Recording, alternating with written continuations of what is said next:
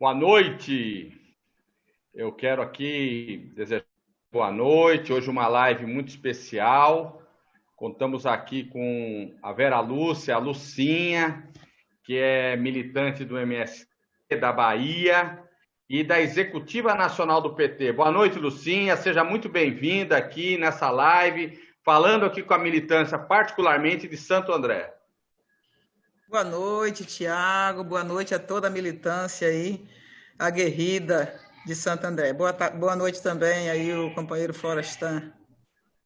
Bom, e a Lucinha já falou, o outro convidado é o jornalista, brilhante jornalista, militante, Florestan Fernandes Júnior, que já esteve conosco aqui em outra oportunidade e nos honra aqui com a sua presença para falar um pouquinho nessa noite sobre o tema que é a disparada dos preços dos alimentos e a desastrosa política econômica do governo Bolsonaro. Boa noite, Florestan. Uma saudação aí para a militância que está nos assistindo aqui nessa live, nessa noite. Boa noite, Tiago. Boa noite, Lucinha. Boa noite, internautas que estão acompanhando essa live do Tiago. A última vez que eu tive aqui foi com o Gessé Souza. Foi uma live internacional, porque o Gessé estava em Paris, né, e a gente fez uma live internacional. Né, e o Gessé, com seu brilhantismo, fez comentários interessantes sobre o Brasil, sobre a nossa economia e sobre a exclusão social que continua forte no Brasil, né, que a gente tanto luta para reduzir essa exclusão social e conseguimos ter algum êxito grande nos governos do Lula e da Dilma, né, mas ainda temos estados como a Bahia, onde a Lucinha está, que são estados exemplo, né, como o Ceará, né, de inclusão social, de governos preocupados com a educação, com a saúde, com o trabalho, né, e com a maioria da população. É um prazer imenso estar aqui com você, porque, além de seu amigo, né, eu sou um admirador e faço questão de tornar público para todos que você é um excelente nome para a Câmara dos Vereadores, que tem meu apoio total, meu e do Gessé Souza. Maravilha. Olha a responsabilidade, hein, Lucinha? Olha a responsabilidade. Com o apoio do Florestan e do Gessé, olha como cresce a nossa responsabilidade. Mas, Lucinha, eu falei que é a situação hoje da disparada dos preços de alimentos, né? E a desastrosa política do governo Bolsonaro, que está sucateando a agricultura familiar, está estrangulando a agricultura familiar, que nem falar nem de longe de reforma agrária, né? Quer dizer, um governo que privilegia o agronegócio, os grandes negócios, o dólar está aí batendo a casa dos 5,50, né? E o brasileiro está numa situação de pandemia, passando muita dificuldade para comprar os alimentos. Como é que você está vendo esse momento? Eu queria que você abrisse, falando um pouquinho aqui, como você, como militante, inclusive do MST, tem visto, né, essa disparada. O MST, que é de longe o maior produtor de arroz orgânico do Brasil, tem feito campanhas muito interessantes de apoio às famílias carentes nessa pandemia. Né? Como é que você foi? Eu queria que a companheira Alicinha...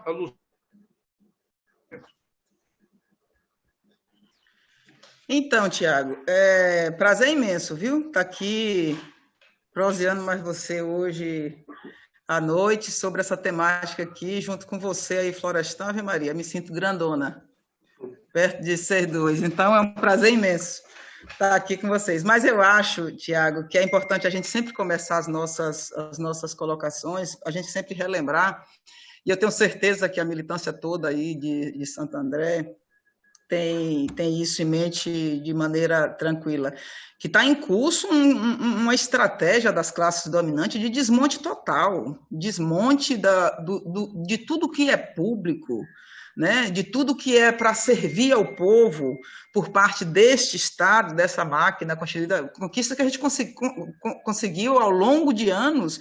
Então, há uma destruição contínua de todos esses direitos. E há também em curso um aniquilamento e criminalização de todos que lutam, não é só dos movimentos vermelhinhos, como eles sempre dizem, não, da CUT, MST, MPA, né? há um processo de criminalização e aniquilamento de todos que ousam lutar pela vida e pela sobrevivência. Então, é uma estratégia muito combinada, e um outro espaço de ação que eles também estão trabalhando é um processo de expoliação de todos os recursos naturais. O que eles estão fazendo com as terras brasileiras, o que eles estão fazendo com as nossas matas, o que estão fazendo com a Amazônia, é um negócio que a gente vai durar gerações para poder recompor. Então, está em curso uma estratégia da direita, da classe dominante, que começou lá no golpe da presidenta Dilma, né? Começou no golpe, prisão de Lula, enfim, impediram a chegada de Lula no processo da eleição. Então, é uma estratégia muito combinada. E lógico que essa somatória dessas ações deles só pode dar nisso, como resultado o aumento da pobreza. Olha, está voltando o tema da fome, aquilo que a gente já tinha superado, né? A gente tinha saído do mapa da fome. Está voltando novamente a assombrar a toda a população, né? A fome está... Então, o nível de desemprego total. Então, isso resulta em toda essa visão que a gente está tendo aí hoje. E aí você coloca uma temática muito, muito bem colocada, que está sendo discutida em todas as esquinas que você vai. Toda feira, todo bar, toda coisa, está lá o debate. O aumento do custo de vida. Né? É aumento da gasolina, é aumento de quem paga aluguel, um aumento de tudo. Agora, quando esse aumento de preço chega naquilo que é fundamental para você sobreviver, que é o arroz, isso você tem que comer todo dia. Arroz, feijão, farinha, aqui principalmente na Bahia, né? Então, se você bota um prato, não tem farinha, não tem feijão, não tem arroz, você pode não ter a carne, né? Mas tem que ter o feijão e arroz. Então, isso olha, o básico está faltando no prato do brasileiro. Então, é uma combinação dessa política, né? De como ver a divisão da terra. Eles estão novamente reconcentrando toda a terra. Olha, de tudo que eles estão fazendo, se você pegar o orçamento do INCRA agora, que eles divulgaram, acho que é 3,3 bilhões, aumentou um pouquinho, 3,4 bilhões para 2021, reduziu 90% os créditos o que é para você acompanhar a infraestrutura dos assentamentos, desapropriação de terras e, sobretudo, crédito para poder fazer investimento, para investir na produção. Então, lógico que quem produz já tem toda a sociedade sabe, quem produz 70% da comida que a gente bota na nossa mesa, que as pessoas comem, não é o agronegócio, não são as grandes fazendas, né? Esse povo produz para fora, né? Para vender para fora. Quem produz a comida brasileira é a agricultura familiar, é os indígenas, é os quilombos, é os assentamentos, é a pequena agricultura. E esse povo está sendo estigmatizado, está sendo criminalizado, e, sobretudo, não tem política de investimento para esse processo da produção de alimentos. Então, acho que, inicialmente, era um pouco disso daí, de como a gente está vendo toda essa estratégia da classe dominante, né, para o campo e para a cidade, mas, sobretudo, para aqueles que ousam, né, fazer o enfrentamento direto e prático a esse estado aí do lucro, que vê tudo como lucro, vê a terra como lucro, vê a comida como lucro, enfim, não vê o ser humano, não vê as pessoas. Perfeito. Florestan, depois dessa introdução brilhante aí da Lucinha, falando um pouquinho da questão prática que ela vivencia, qual é a sua opinião sobre essa disparada dos preços dos alimentos e essa relação que tem a ver com o governo Bolsonaro, que, ao fim e ao cabo, é o responsável por essa crise? Tiago, o governo Bolsonaro ele é desprovido de qualquer projeto para o país, né? Ele não tem um projeto para o país. Isso ficou muito claro no ano passado, né?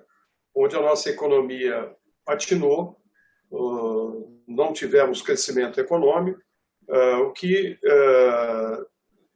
entrou em execução no Brasil a partir do golpe contra a presidente Dilma Rousseff foi o sucateamento das empresas brasileiras, a venda do nosso patrimônio na Bacia das Almas, a nossa riqueza sendo entregue e o Brasil se transformando num verdadeiro protetorado do governo norte-americano, né? Hoje o Brasil tem como presidente do país, um homem que lembra muito os ditadores que a gente tinha na América Central nos anos 50. Eu lembro aqui do Batista, lá em Cuba, que também era um militar, que foi ali cabo pau-mandado do governo norte-americano e que precisou de uma revolução para tirar não só o Batista, mas os exploradores que estavam ali colocando o país numa situação de miséria e de subserviência aos turistas norte-americanos que usavam Cuba como um quintal, né? E o que tem acontecido é que, como ele não tem planejamento, ele não se planejou e fez pouco caso em relação à Covid. A Covid chega no Brasil sem um posicionamento do governo Bolsonaro, sem um plano de atuação do governo Bolsonaro junto com os governadores e os prefeitos. Então, enquanto governadores e prefeitos pediam o isolamento, seguiam o que a ONU estava determinando, que a Organização Mundial da Saúde dizia que era para ser feito, o isolamento, reduzir a contaminação, preservar vidas, ele ia para a frente do Palácio abraçar militantes fanáticos, ameaçar o Supremo, ameaçar a nossa democracia, ameaçar o Congresso, falando em fechamento, em armar a população, em liberar as armas, né? Em plena pandemia, num momento crucial do nosso país, de um enfrentamento de uma guerra contra um vírus que já matou 135 mil pessoas. Não é qualquer coisa, são 135 mil pessoas mortas no Brasil, muitas delas que poderiam estar vivas se a política desse governo fosse em favor da vida e não da morte, né? Então, isso não sou eu só que estou dizendo, né? A ONU está falando isso. O governo Bolsonaro está sendo responsabilizado, né, pelo péssimo exemplo que ele deu à população, que é o exemplo de confundir, enquanto tentando culpar os governadores e prefeitos por uma crise econômica que já existia, provocada por ele e o Guedes, tá certo? E que todo mundo já sabe que não vai dar certo, né? Que os neoliberais deram com os burros na água. E agora ele está pegando aí todos os projetos do governo Lula e do governo Dilma, como inclusive o Bolsa Família, e mudando o nome, porque nem ideias ele tem, nem projetos. Foi lá na transposição do Rio São Francisco tirar foto em obra pronta, falando que era dele. Pegando Minha Casa Minha Vida e mudando o nome, né? Mas fazer ele não está fazendo, porque ele não tem nem capacidade de fazer. E aí, quando chega na questão dos alimentos, a coisa afundou no lodo. Por quê? Porque ele não se preparou para enfrentar a questão da alimentação. Todos os governos de países sérios fazem estoques reguladores. Aliás, no governo Lula e Dilma, os estoques eram altos. Por quê? Porque numa crise você tem alimentos para a população não passar fome, não passar dificuldade. Você garantir a comida na mesa do trabalhador e dos mais pobres com um preço que seja acessível, né? Você não pode ficar na mão de especulador. O que eles fizeram desde o Temer e do Bolsonaro? Acabaram com o estoque regulador. Não se prepararam, fizeram a política do liberalismo total. O mercado é que manda. O mercado mandando, não sem estoque, o que acontece? O dólar supervalorizado aqui, né? Porque eu me lembro que os caras iam com as panelas na Paulista, de camisa amarela, quero viajar para Miami, quero direito de ir e vir, eu quero isso, quero aquilo, né? E o dólar naquela época era 2,30 e agora é 5,50, né? E está todo mundo de biquinho calado, né? E dólar a 5,50 tem um custo para o país. Se é bom, às vezes, para o exportador, é péssimo para o custo de vida do brasileiro. Então, o que ocorreu?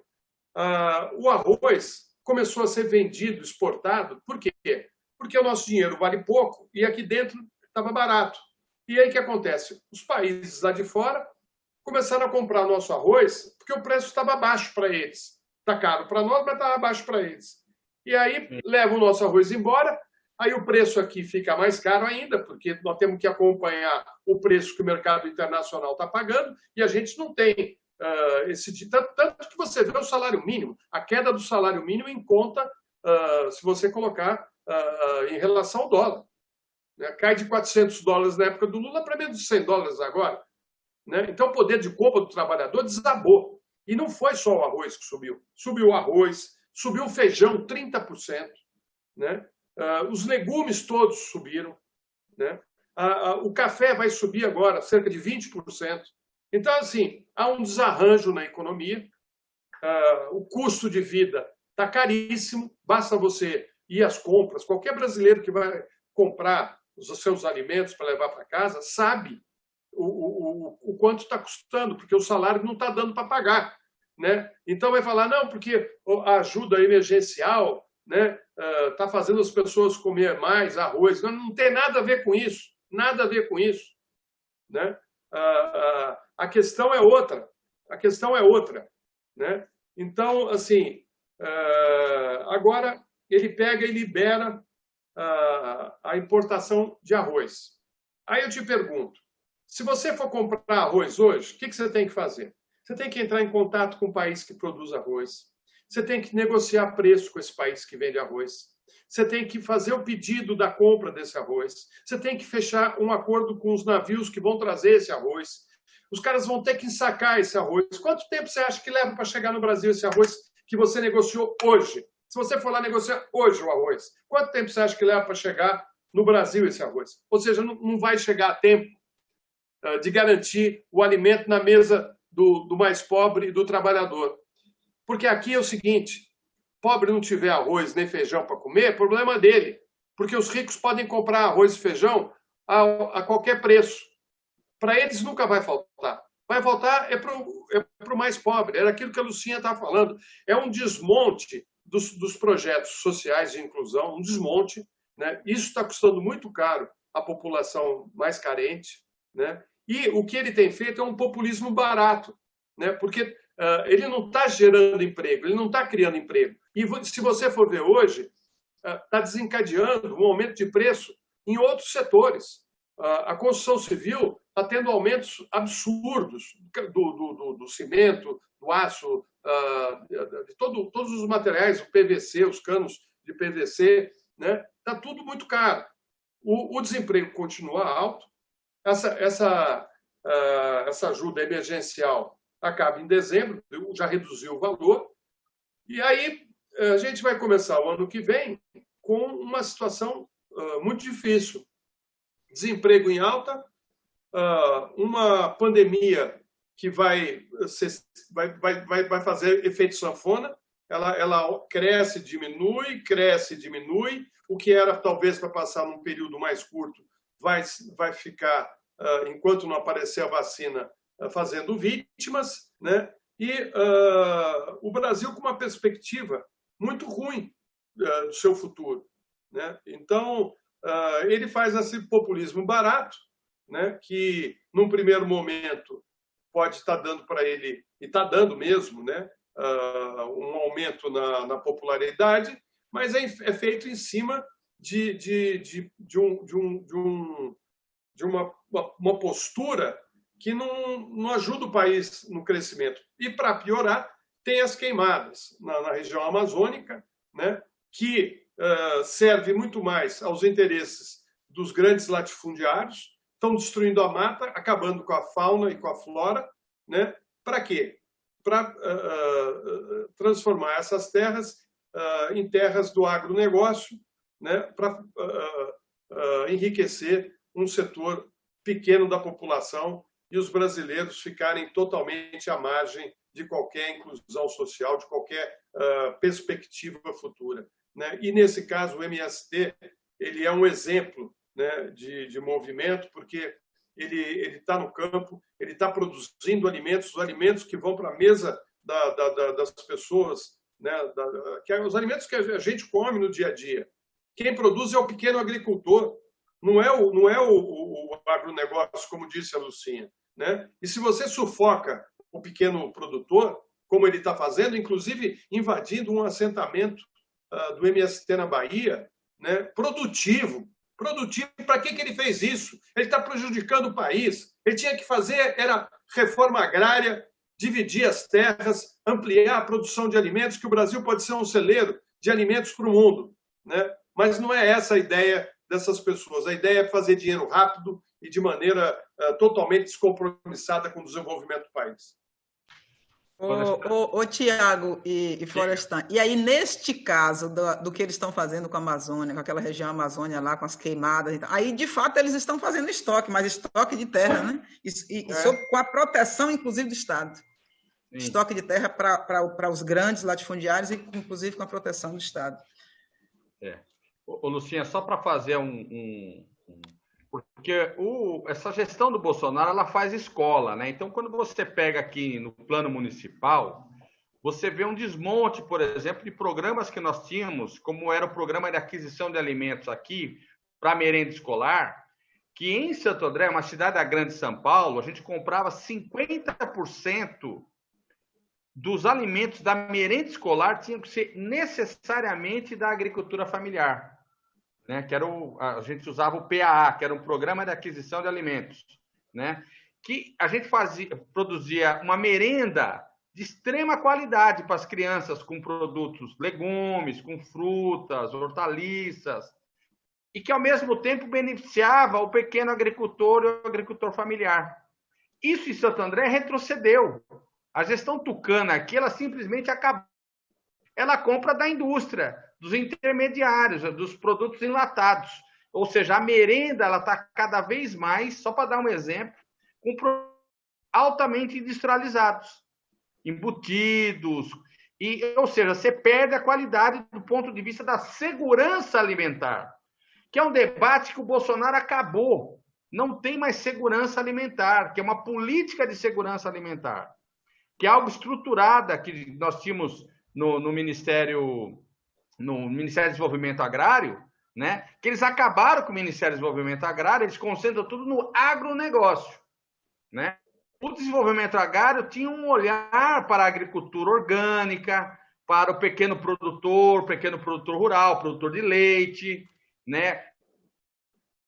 Tinha produção de leite de cabra, queijos, ou seja, você tinha toda uma lógica de uma cadeia alimentar muito grande, pequenas cidades e que abastecia as grandes cidades, como a cidade de Santo André, né? Seja na merenda escolar, que nós comprávamos muito para a merenda escolar da agricultura familiar, era uma lei obrigando a fazer isso, né? E garantindo isso, e garantia a qualidade.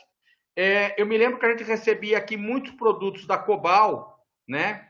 Que é um órgão estatal, que era para a gente usar no banco de alimentos, que a gente entregava para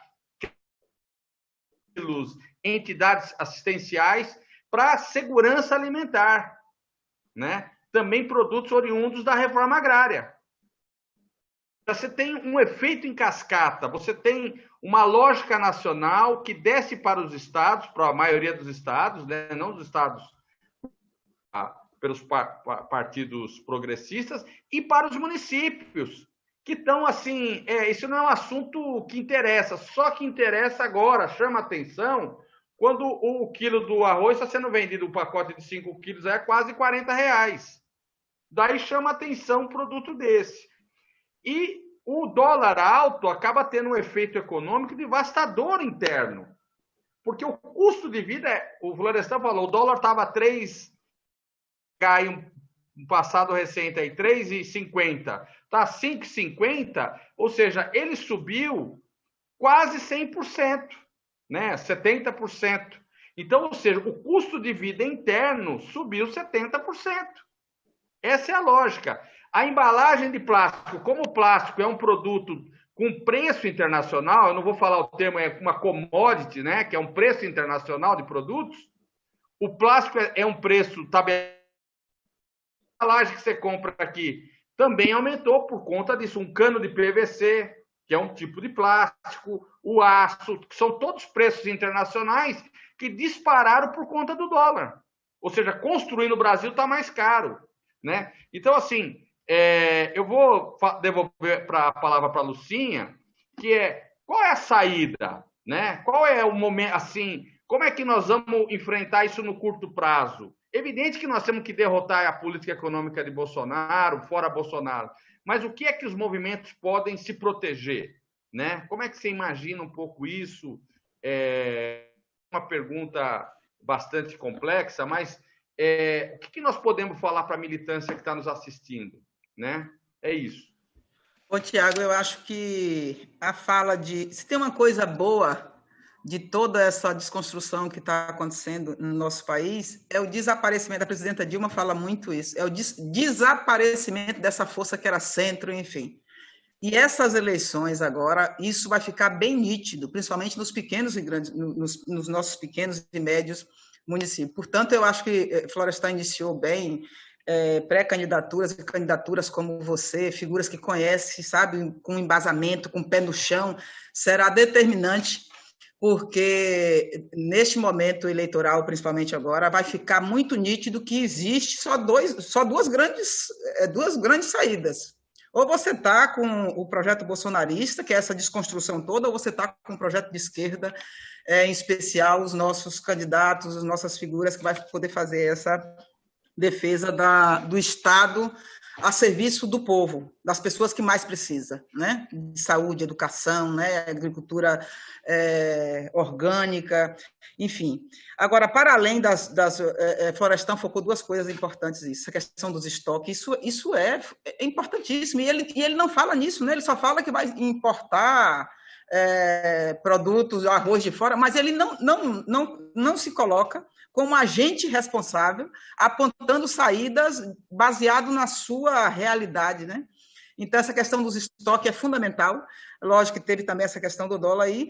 E outro aspecto interessante, que é o investimento nas políticas mesmo. Ele desconstruiu todas as políticas que você falou, né, Tiago. Acabou falando aí, citando diversos programas importantíssimos, como o PAA, o PENAI, o programa de assistência técnica está praticamente acabado, não existe assistência técnica para a produção no campo. O camponês só, o sem terra só lá com a enxada e a foice na mão, é impossível produzir alimento em quantidade para a população. É preciso ter assistência técnica do governo, é preciso ter crédito, fomento, crédito para a produção, né, mais avançada, é preciso ter diversas atitudes governamentais, e isso não está tendo. Desde o governo Dilma, paralisou. Não existe. A Conab, que que cumpre uma função importantíssima para o estoque, né, na produção de alimentos, praticamente não existe. Deixou de existir. Então, esse investimento é fundamental para que a gente saia dessa crise da falta de alimentos. Não adianta recorrer a A ou B, é preciso investir em quem produz arroz, em quem produz feijão, em quem produz o porco, quem tem lá o chiqueiro, que tem o gado, que tem a galinha, que produz ovos, enfim. Então, política de investimento é preciso fazer, o governo precisa fazer. Agora, veja a miopia, como é que diz? A falta de visão, a miopia que é do governo. Veja o PL último, foi um PL construído por todas as organizações sociais, por esses espaços aí das frentes, das organizações e partidos. Os nossos parlamentares de esquerda construíram um projeto de lei, o PL Assis Carvalho. Gente, um belíssimo projeto. Que nós, se tivesse investido a tempo, nós não estaríamos com a falta de arroz agora. Mas passou na Câmara, passou no Senado, quando chega para Bolsonaro sancionar, ele vetou praticamente todo o projeto, que iria subsidiar a produção no campo, para produzir arroz, produzir feijão, produzir farinha, produzir milho, enfim. Ele vetou. Então, como é que ele quer resolver o problema da crise? Lógico que só vai intensificar. Então, a primeira medida, o governo precisa investir em quem produz alimento, né? Reanimar esse processo da agricultura. Eu falei antes do orçamento do INCRA.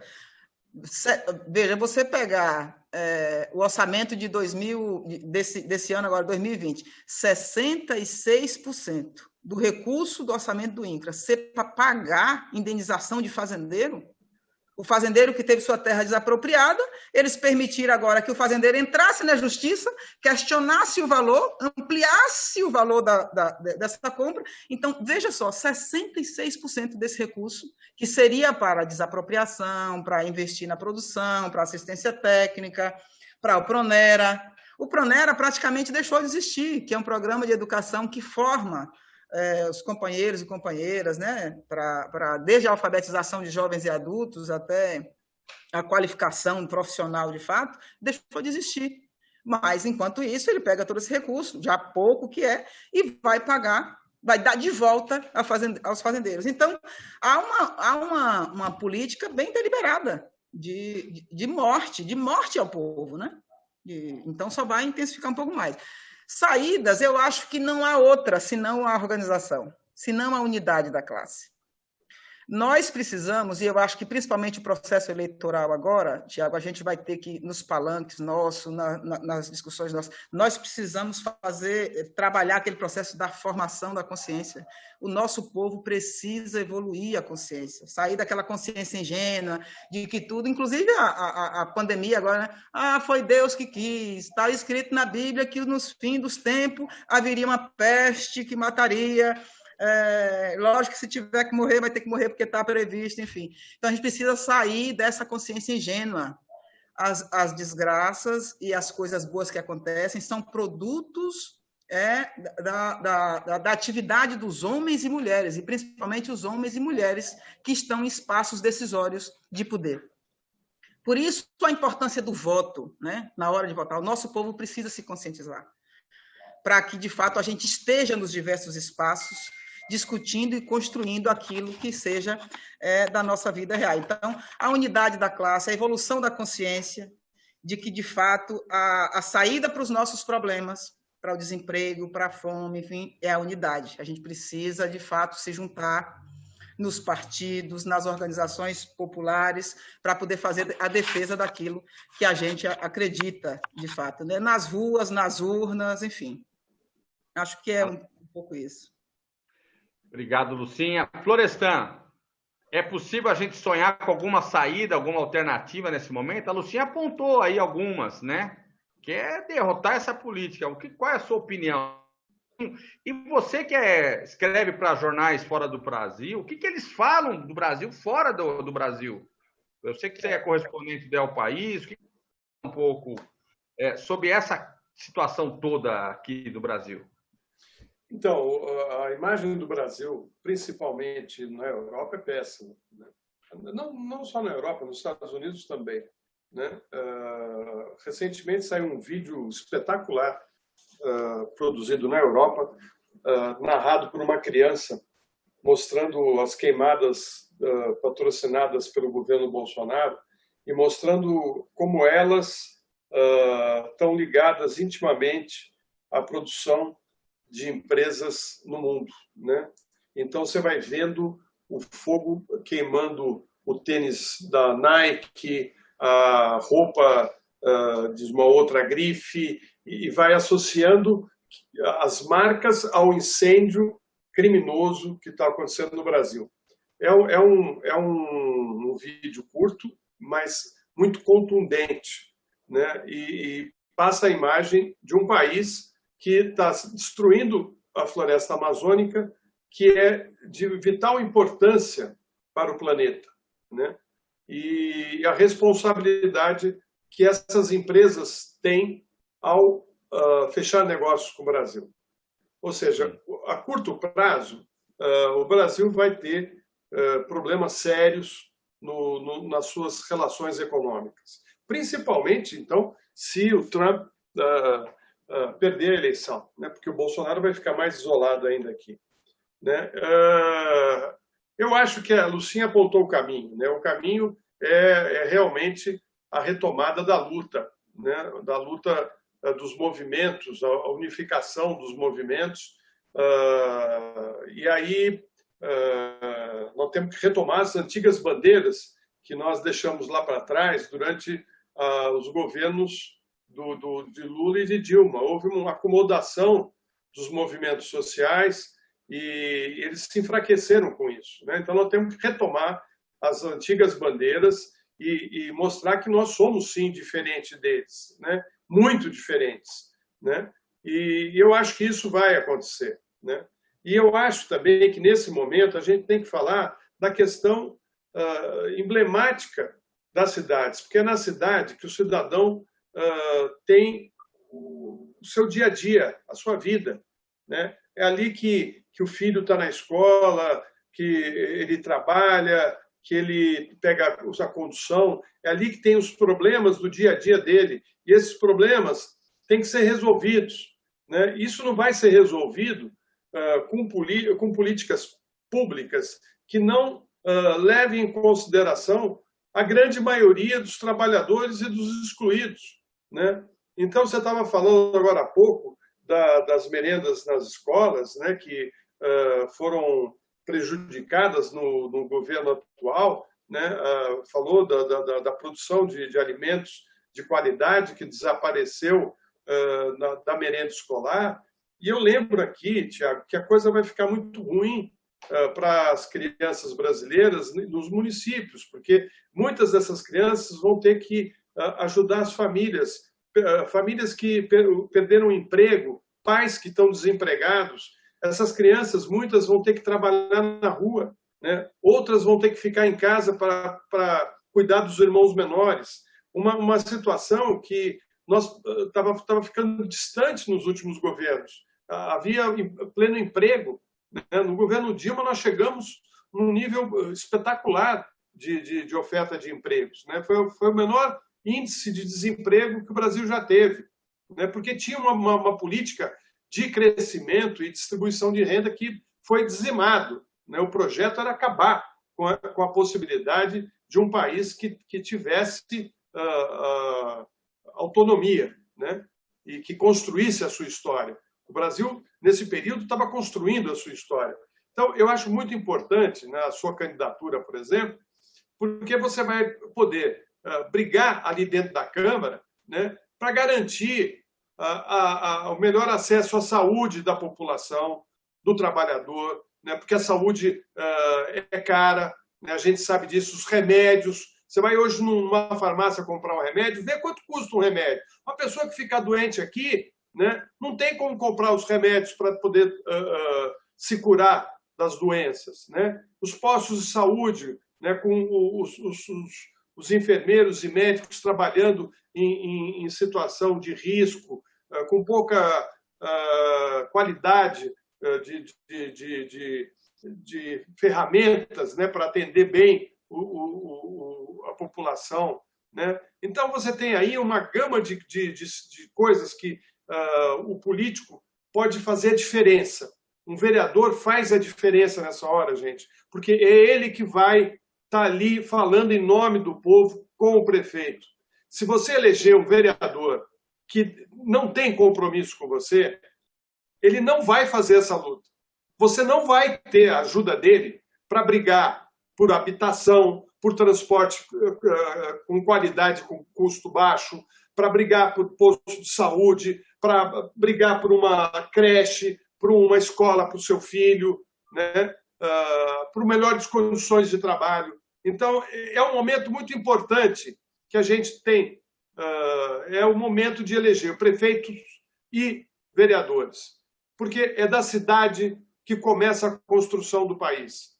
Então, o futuro do nosso país está na mão de você, né? Você que vai dizer se você quer o projeto Lula-Dilma ou se você quer o projeto Moro-Bolsonaro. Porque o projeto Moro-Bolsonaro foi da destruição do país. É o da destruição do país. E de um país para poucos.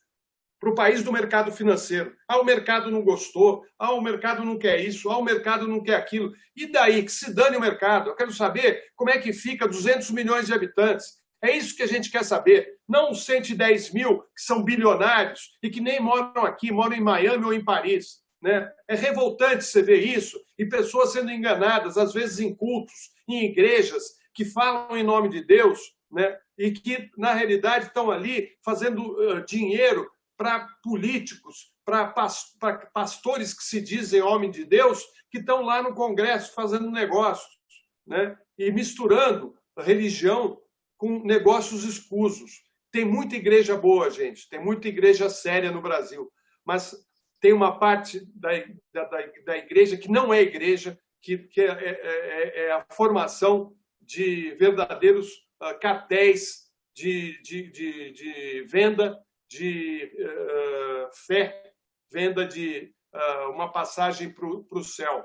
Então, eu acho que vai cair a ficha, a população vai perceber, e eu tenho certeza que, a partir dessa eleição, nós vamos fazer um grande movimento para retomar o nosso país, para retomar o Brasil dos nossos sonhos, né? E é bom lembrar as pessoas que estão recebendo R$600 de ajuda emergencial, que você só está recebendo R$600 porque o PT e os partidos de esquerda brigaram para que fosse mais que 600, eram R$800. O Bolsonaro não queria dar, depois queria dar R$200. E foi para 600 graças aos parlamentares de esquerda, progressistas, que brigaram por uma ajuda emergencial maior, né? Então, assim, agora ele vem dizer, não, porque eu estou distribuindo aí a ajuda emergencial. Gente, ele não queria distribuir. Não queria. Ele usa da mentira para enganar a população. É o tempo todo fake news. O pessoal dele enche o WhatsApp de fake news. E eu fico aqui muito preocupado, viu, Tiago, com as eleições, se a Justiça Eleitoral não brecar as mentiras que são colocadas através de robôs mandados para o WhatsApp da população mais simples, que vê aquela notícia e não sabe se ela é verdadeira ou não, e acaba numa confusão, sem entender o próprio país. Perfeito. Bom, gente, olha, o tempo voou, né? Nós temos sempre um combinado aqui de 45, 50 minutos, mas o papo foi muito bom. Eu quero agradecer a Lucinha e ao Florestan, e vou passar agora a palavra para a Lucinha para as considerações finais, Lucinha, e contar que é uma aula para a gente, viu? Você é a nossa dirigente, é uma aula que você nos dá, e acho que a militância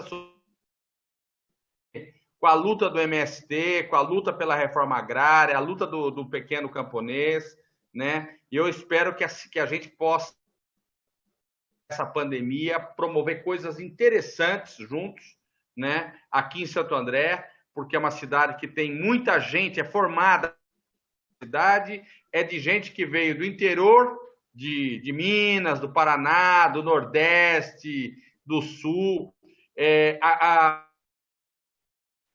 das cidades do ABC, ela cresceu com um milagre econômico na época da ditadura, quando as indústrias contratavam e amigas para cá. Então, todo mundo aqui tem um parente nordestino, ou mineiro, ou paranaense, ou sul, ou do Mato Grosso do Sul, todo mundo, ou do interior de São Paulo, muita gente do interior de São Paulo, né? Então, aqui as raízes nossas são do povo trabalhador, né? Do povo que trabalhar aqui. Então, eu espero que a gente possa retomar, de fato, aqui a cidade e possa juntar essa experiência toda do MS, isso que nos fala aqui o Florestan, né, que é muito grande para a gente, a responsabilidade cresce muito. Então, Lucinha, eu vou passar para você falar aqui as suas considerações finais e depois, mas desde já agradeço enormemente sua participação. Ô, Tiago, eu que agradeço. Eu tenho uma honra danada em militar internamente no Partido dos Trabalhadores, numa corrente, numa tendência e num grupo que você faz parte. Então, você é que nos ensina, e eu tenho certeza que a nossa caminhada em Santo André será vitoriosa e vitorioso para todos nós. Acho que a gente vai fazer uma bela caminhada aí, né? Para divulgação das ideias e, sobretudo, materialização depois. Como o Florestan falou, nós precisamos de figura nas câmaras de vereadores, nas prefeituras, que defenda e fala a nossa língua, que, sobretudo, conheça a vida real das pessoas. E você é uma dessas figuras. Então, por isso, eu acho que é uma responsabilidade muito grande do Partido dos Trabalhadores na sua caminhada aí. Mas eu daqui da Bahia, Florestan falou um pouco aí no início da fala dele, aqui nós estamos com uma intervenção direta de Bolsonaro, que é uma demonstração, de fato, do que é esse governo. Então, veja um governo federal que nos assentamentos aqui, desde que ele se elegeu, o INCRA não foi nos assentamentos cadastrar, o INCRA não foi distribuir crédito, o INCRA não foi nem ver como as famílias estão nos assentamentos, e agora ele bota uma Força Nacional de Segurança Pública aqui, uma intervenção direta no estado da Bahia, porque a Força Nacional de Segurança Pública, para estar em um estado, em qualquer estado, o governo do estado precisa solicitar, precisa chamar e combinar com o presidente, sem nenhuma combinação, sem nenhuma conversa. Ele botou a Força Nacional de Segurança Pública aqui para intervir em 2 municípios nossos, Mucuri e Prado. E para que isso? Com o argumento de que vai fazer a reforma agrária? Mentira. Porque é nesses 2 municípios onde o Partido dos Trabalhadores, onde o MST é mais forte. E foi aqui nessa região onde o MST nasceu, na Bahia. Então, é um pouco do que esse governo quer fazer. Aqui eles estão fazendo um experimento, tentaram fazer, porque essa unidade, como eu falei antes, Tiago e Florestan, que é o que nos salva. Aqui as organizações se juntaram e a gente está conseguindo transformar a vinda da Força Nacional de Segurança Pública, que nós estamos botando eles para trabalhar.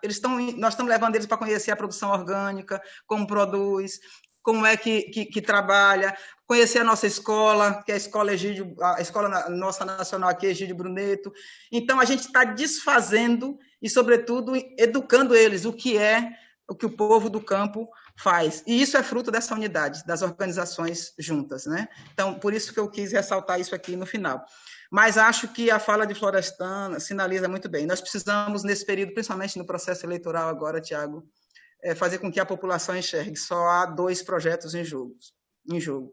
O projeto bolsonarista, que eles estão baseados no tripé perigoso, não é só para eles, é para a população, principalmente a população mais pobre. Um projeto da arma, da ameaça, do matar as pessoas, da morte às pessoas. Isso é um aspecto perigoso, e isso eles fazem no dia a dia, eles verbalizam isso. Eles estão baseados nas fake news, é nisso que eles se estruturam para dominar a mente das pessoas e na manipulação da fé, aquilo muito bem dito na fala de Florestan. Então, é um tripé muito perigoso, não é para eles, é perigoso para nós, classe mais pobre. E a gente precisa polarizar com outro projeto, que é o nosso projeto. O projeto da esquerda, o projeto do Partido dos Trabalhadores, o projeto de Tiago Nogueira, que é a defesa da vida, que é a defesa da democracia. E para a gente continuar defendendo a vida, para a gente continuar defendendo a democracia, que está sendo desmontada, dilacerada, eles estão imprimindo um novo jeito de dirigir o Estado, de incidir sobre a vida das pessoas, seja no aspecto jurídico, no aspecto social, em todos os aspectos, eles estão imprimindo um novo jeito de organização da vida, mas para eles e não para nós. Então, nós precisamos fazer essa defesa intransigente da democracia. E, para isso, nós precisamos das câmaras de vereadores com companheiros e companheiras fervorosos e responsáveis nessa defesa. Precisamos de prefeitos e prefeitas, precisamos de deputados e deputadas. Esses espaços são importantíssimos, assumem uma importância muito grande a partir de agora, nessa disputa e nessa defesa da vida e da democracia, tanto quanto a luta nas ruas, das organizações populares, né, da luta social. Então, a gente precisa fazer isso muito combinado para a gente sobreviver e, sobretudo, a gente triunfar com o nosso projeto, que é de construção de uma sociedade onde o lucro não valha mais do que as pessoas, do que a vida das pessoas. Nós precisamos preservar a vida e fazer com que a vida esteja na centralidade de tudo. Esse é o nosso projeto, essa é a nossa defesa. Então, seguiremos, companheiros. Nós estamos aqui na Bahia de prontidão e nas trincheiras aí do nosso partido, para caminhar sempre juntos e juntas. Que maravilha, Lucinha, que maravilha. Emocionante, até arrepiou aqui, viu? Muito obrigado. Florestan, suas considerações finais, meu companheiro. Grande jornalista, Florestan Fernandes Júnior. Tiago, eu achei a nossa conversa muito boa e interessante para aqueles que ainda não se decidiram o rumo que vão tomar nessas eleições, esclarecer um pouco as pessoas do que está em jogo agora, né? E eu queria lembrar as pessoas que o Brasil começou a criminalizar a política a partir da Lava Jato, né? E criminalizar lideranças políticas, né? Vocês estão vendo agora que, de uns tempos para cá, nos últimos 30 dias, começou a surgir no país, pipocar pelo país, operações da Polícia Federal e da Lava Jato sempre com delações contra políticos e contra lideranças de trabalhadores, né? E você vê que por trás disso tem interesses políticos, né? São delações que não têm provas, prova zero, nada. É feita para criar notícia, para criminalizar uma pessoa, e lá na frente, gente, é arquivado, porque não existe veracidade. Uma delação só tem valor se ela tiver provas, se provar que a pessoa cometeu um crime, né? O que fizeram com o presidente Lula foi uma perseguição jamais vista no mundo, né? E eles continuam. Hoje a Lava Jato está de novo, né, fraudando uma denúncia, uma delação, né, com o intuito, claro, de mudar o voto das pessoas, de interferir politicamente na eleição, como fizeram em 2018 na vitória do Bolsonaro, quando soltaram uma delação, o seu Moro, que depois virou ministro, soltou uma delação do Palocci, né, que agora foi engavetada e foi arquivada porque não tinha provas. Ela não valia nada, mas valeu naquele momento a manchete nos jornais, valeu no Jornal Nacional, valeu para eleger o Bolsonaro. E é assim que eles estão fazendo política. É usando investigações, entre aspas, né, sem provas. Delação em qualquer lugar do mundo, você não pode tornar pública. Ela tem que ser sigilosa. Por quê? Porque você tem que, primeiro, verificar se ela é verdadeira. Porque se ela não for verdadeira, você está pré-julgando um inocente. E o que o Brasil fez nos últimos anos foi pré-julgar pessoas sérias e inocentes, né? E não estou dizendo em favor da impunidade de corruptos. Corruptos têm que pagar, sim, mas têm que pagar por crimes cometidos, não por crimes inventados, né? O ex-presidente Lula foi condenado a 14 anos de prisão por um apartamento que ele teve uma vez, nunca foi dele nem da mulher dele, que ele nunca comprou, que não tem um documento no nome dele, que foi vendido pela própria empresa que era dona, né? Uma armação. Aí você vê políticos, né, Tiago, como o Aécio Neves, que mandou o primo receber mochilas de dinheiro, ele está solto lá em Brasília, como deputado federal, articulando com o Bolsonaro. Como é que pode isso? Aí você vê lá que a família do Serra, o Serra e a filha, 3, 4 milhões de dólares numa conta na Suíça. Que bonito! Cadê os dólares do Lula? Cadê a fortuna do Lula? Cadê a riqueza do Lula? Cadê a mansão do Lula? O Lula é investigado desde que ele virou líder sindical aí no ABC. Ele é o homem mais investigado do Brasil. Aí você vai dizer que ele cometeu um crime de ter um apartamento que nunca foi dele? Gente, abram os olhos. Abram os olhos. Não caiam nessa esparrela. Hoje vocês vão ver no Jornal Nacional, né, em outras emissoras, a criminalização de um dos maiores líderes que o Brasil já teve. E você continua se perguntando como eu. Cadê a fortuna do Lula? Cadê o dinheiro dele? O do Temer, a gente viu o assessor dele com as malas. Vocês não viram? Eu vi. Saiu na televisão. O Gedel Vieira, aquelas malas de dinheiro dentro do apartamento dele, todo mundo viu, né? Então, assim, dizer agora que o ex-presidente Lula teria recebido dinheiro para o Instituto Lula, de doações que foram feitas através de negociatas. Gente, o Fernando Henrique Cardoso tem um instituto com o nome dele que ele pediu dinheiro dentro do Palácio da Alvorada para os empreiteiros. Ele pediu dinheiro para montar um instituto. Todo mundo sabe disso. Por que nunca foram lá falar com o Fernando Henrique? Eu não estou dizendo que o Fernando Henrique pegou ilegalmente dinheiro, não. Eu estou falando que eles criam uma situação para criminalizar quem eles não querem. O Sarney, por exemplo, também tem um instituto com o nome dele. Você já viu alguma ação da Polícia Federal ou do Moro contra o Sarney? Ou contra o Temer? Ou contra o Itamar? Né? Por que contra o Lula? O Lula não tem direito de ter um instituto dele? Se o Fernando Henrique tem, o Collor tem, todo mundo tem um instituto, né? Então, assim, não caiam nessa esparrela, vejam em quem vocês estão votando, tentem ver com atenção quem vai fazer mais por você dentro da Câmara, quem vai lutar por você na sua prefeitura. E Santo André sempre foi o exemplo para São Paulo de cidade bem administrada, principalmente nos governos do PT. E você sabe disso e você se lembra disso. Então, pense bem, porque tem diferença, sim, de uma proposta para outra, né?